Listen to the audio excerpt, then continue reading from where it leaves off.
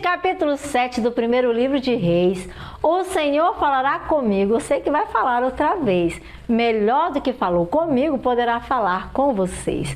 Do templo do Senhor nos é apresentada a construção, como também do palácio para morar o rei Salomão. E esse canal nasceu de Deus. Eu peço você novamente que não deixe de compartilhar esse conteúdo, mas que seja diligente. Mande esse link para outros, de fato, para muita gente. Precisamos de mais inscritos. Você pode nos ajudar? Para com seus amigos e familiares, esse canal você pode divulgar. Faça também inscrição, você pode para eles falar. Então, vamos ao conteúdo de hoje e vamos com muita alegria, porque o nosso Deus nos anima e agora Ele também nos auxilia. Eu sou Cineuza Soares, é um prazer estar com você aqui. Salomão levou 13 anos para a construção do seu palácio concluir. O palácio da floresta do Líbano, ele se pôs a construir. O seu palácio era grande, com 45 metros de comprimento, 22 metros e meio de largura, 13 metros e meio de altura, por 4 fileiras de colunas de cedro. Ele era sustentado, sobre as quais apoiavam-se vigas de cedro finamente aparelhados. O forro que ficava sobre as vigas que se apoiavam desta maneira eram colunas de cedro. Eram 45 vigas, 15 vigas por fileira. Havia janelas dispostas de 3 em 3, uma com a outra em frente. Todas as portas tinham estrutura retangular, ficavam na parte da frente. Dispostas de 3 em 3, uma com a outra, ficavam sempre em frente. Fez um pórtico de colunas de 22 metros e meio de comprimento, 13 metros e meio de largura. Outro pórtico com colunas e uma cobertura além de colunas, que tinha também estendimento. E Salomão construiu a sala do trono, a sala da justiça, onde iria julgar, e revestiu-a de cedro desde o teto até o chão, aquele palácio onde ele iria morar. No outro pátio tinha um formato semelhante ao que tinha do lado de cá. Um palácio como esse também foi edificado para a filha do faraó, com quem tinha ele se casado. Todas essas construções, do alicerce até o beiral, desde o lado externo até o grande pátio, foram feitos de modo muito lindo e fenomenal, de pedra de qualidade superior, sob medida foram cortadas, com uma serra por dentro e por fora. Elas foram todas desbastadas. Os alicerces foram lançados com pedras grandes e de qualidade, algumas medindo 4,5 metros e outras 3 metros e 60 centímetros, mas todas elas de superior qualidade. As suas vigas de cedro, sob medida, foram cortadas. O grande pátio era cercado por um muro de 3 camadas de pedras lavradas e uma camada de vigas de cedro aparelhadas. E tudo isso foi feito usando a melhor madeira, como o pátio interior do templo do Senhor foi feito também com muito capricho. Foi feito da mesma maneira. Os reis Salomão enviaram mensageiros a Tiro e trouxeram Hurão, que era filho de uma viúva da tribo de Naftali, mas de Tiro era um cidadão. Ele era um artífice em bronze, tinha muita habilidade, sabia fazer todo tipo de trabalho em bronze com qualidade. Ele apresentou-se ao rei Salomão e depois ele trabalhou de acordo com as instruções que a ele se designou. Ele fundiu 2 colunas de bronze, cada 8,10 metros de altura tinha, e 5,40 metros de circunferência, medidas apropriadas para aqueles dias. Também fez 2 capitéis de bronze fundido para colocar no alto das colunas, para aquela construção completar. Cada capitel tinha 2,25 metros de altura, conjuntos de correntes entrelaçadas ornamentavam os capitéis no alto daquelas colunas. Eram 7 em cada capitel e fez também romãs em 2 fileiras que circundavam cada conjunto de correntes para cobrir dos capitéis do alto das colunas. Fez assim, desta maneira. Os capitéis do alto das colunas do pórtico de lírios tinham formato com 1,80 m de altura. Era assim que aquelas peças eram formadas. Nos capitéis das duas colunas, acima da parte que tinha formato de uma taça, perto do conjunto de correntes, havia 200 romãs, todas elas enfileiradas. Ele levantou as colunas na frente do pórtico do templo e deu o nome de Jaquim. A coluna ao sul a de Boaz, a coluna ao norte, enfim. Os capitéis no alto tinham a forma de lírios e assim se completou o trabalho das colunas que antes ele começou. Fez o tanque redondo, todo feito de metal fundido, com 4,5 metros de diâmetro, 2,25 de altura. Era isso que estava medindo. Era preciso um fio de 13,5 metros, sua circunferência ir medindo.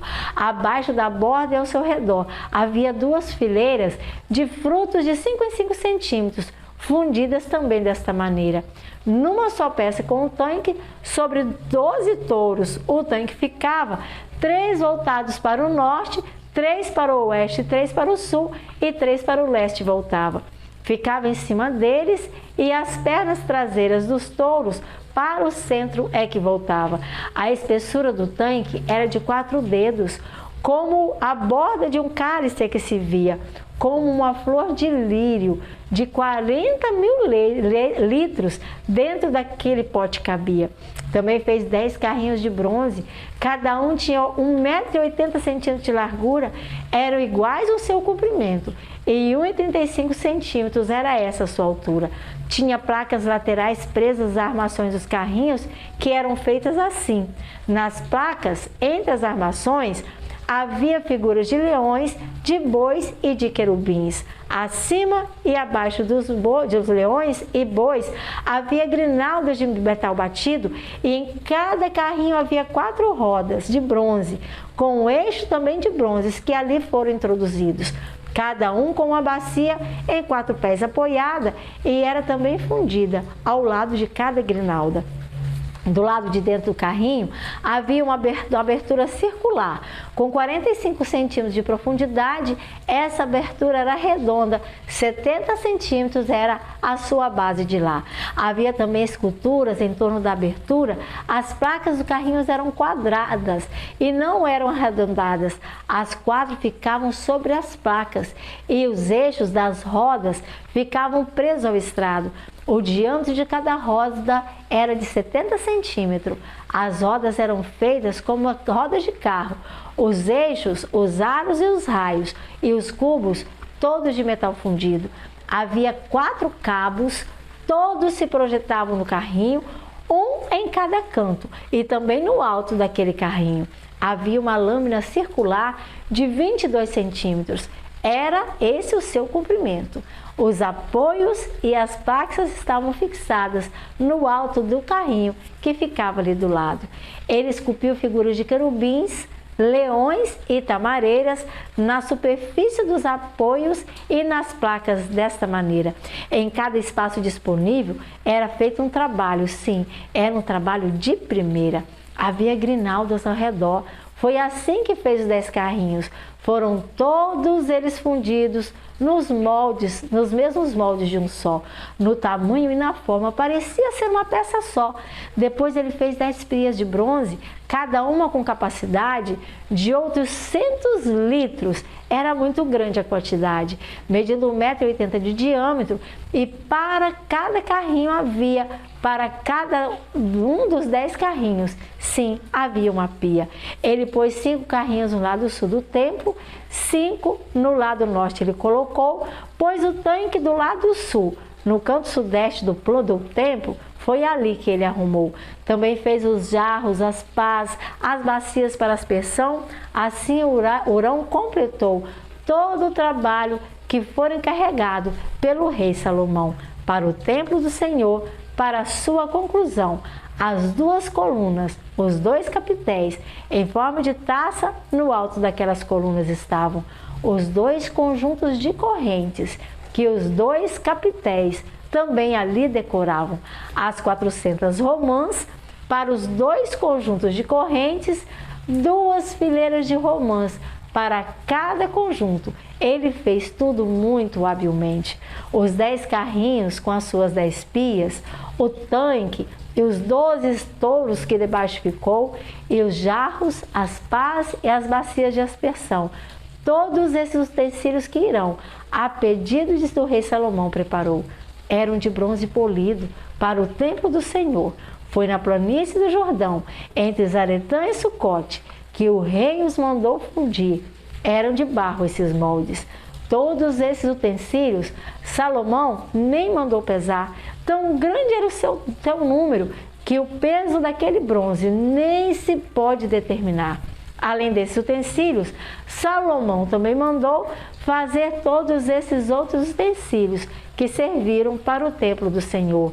Mandou fazer o altar de ouro, a mesa de ouro, sobre o qual os pães da presença ficavam, os candelabros de ouro puro, 5 à direita e 5 à esquerda ficavam, em frente do santuário interno, as flores, as lâmpadas também, e as tenazes de ouro. Tudo ficou ali muito bem. As bacias, os cortadores de pavio, as bacias para aspersão, as tigelas e os incensários, as dobradiças de ouro também. Então, para as portas da sala interna, para o Santíssimo Lugar, para as portas do átrio principal, tudo o que havia lá. Quando toda a obra de Salomão já estava terminada, tudo o que ele realizou para o templo do Senhor, então foi essa obra consagrada. Ele trouxe tudo que seu pai havia consagrado e colocou, junto com os tesouros, lá do templo do Senhor. A prata, o ouro, os utensílios, tudo no lugar ele colocou. Vemos aqui mais uma vez o capricho de Salomão. Além do templo do Senhor, ele fez um palácio para ele, um palácio para sua esposa. Mas ele fez tudo com muito capricho, fez tudo com molde, chamou pessoas capacitadas. Deus, quando chama, ele capacita, mas nós também precisamos nos colocar à disposição. O que você tem feito para a obra do Senhor? Em que você tem trabalhado? Você tem feito a obra dele erguer-se? Ou com alguma atitude sua você está jogando ela no chão, trazendo desonra ao nome do Senhor, trazendo desonra às palavras e à missão de evangelizar? Que tipo de pessoa você tem sido? Eu espero que você seja templo do Espírito Santo, que proclame verdadeiramente o caráter de Deus, que você brilhe por Jesus, que você seja o bom perfume de Jesus por onde quer que você passe. Aprenda mais, seja reavivado. Eu te espero amanhã. Até lá!